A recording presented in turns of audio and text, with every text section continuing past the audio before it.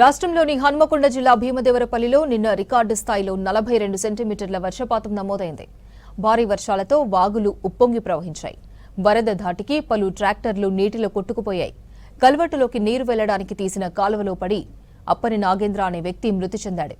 విశ్వనాథ కాలనీలో కాలువకు గండిపడి పంట పొలాల్లోకి నీరు చేరుతోంది.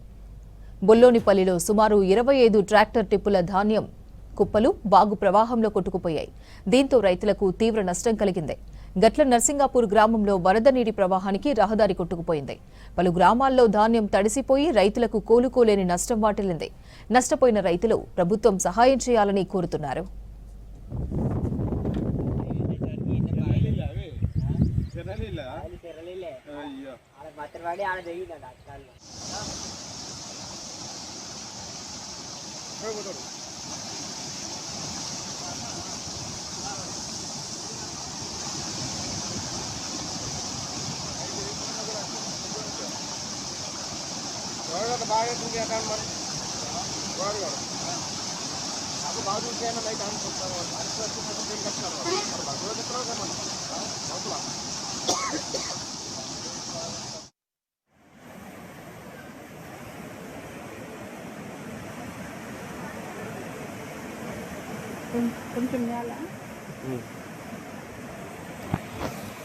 ఆరవ లైన్లో వివేక్ నగర్ కాలనీ. నా పొలం వాగు పక్క పొన్న ఉంటుంది, కొంచెం దూరాన్ని ఉంటుంది. కాడికి వెళ్ళి నేను వారి కోసినాక నిన్న కోసినాక తెచ్చి ఇలా పోసినాక వర్షం బాగా కొట్టింది.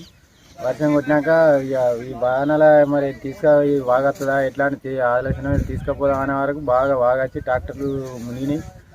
అంత మునిగినాయి, వడ్లు కొట్టుకపోయినాయి. ఇక మేము కూడా కొట్టుకోపోయడానికి మేము కూడా కొట్టుకోపోతామనే ఆలోచన మీద మేము పోయి గడ్డకెక్కినాం. ఇక ట్రాక్టర్లు ఇలానే డబ్బాలు వడ్లు పోసినాం, ఆ వడ్లు కొట్టుకపోయినాయి. 3 ట్రాక్టర్ల వడ్లు మొత్తం కొట్టుకపోయినాయి.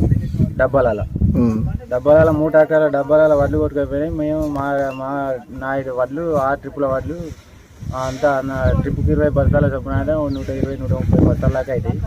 ఇక దానికి అది మొత్తం కొట్టుకపోయినాయి. ఇప్పుడు మా పిల్లలు మేమంతా కారకాలం కష్టపడేదంతా మొత్తం పోయింది. అది మాకేమన్నా ప్రభుత్వం ఏమన్నా నష్టపరిహారం కట్టేయాలని మాకు కొంచెం సహకారం చేయాలని అనేది కోరుకుంటాం.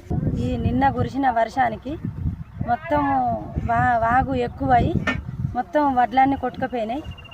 మాకు 5-6 ట్రిప్పుల వడ్లు 120 బస్తాలు చేసినా కానీ ఎన్ని విధాలు చేసినా కానీ మా వడ్లు ఆగలేదు. బండ్లు తెచ్చుకొని బండ్లలో పోసుకున్నాక కూడా బండ్లలో వడ్లు కూడా కొట్టుకుపోయినాయి.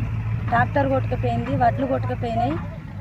మేము కూడా మాకు కూడా ఇంతమంది నీళ్ళు వచ్చినాయి.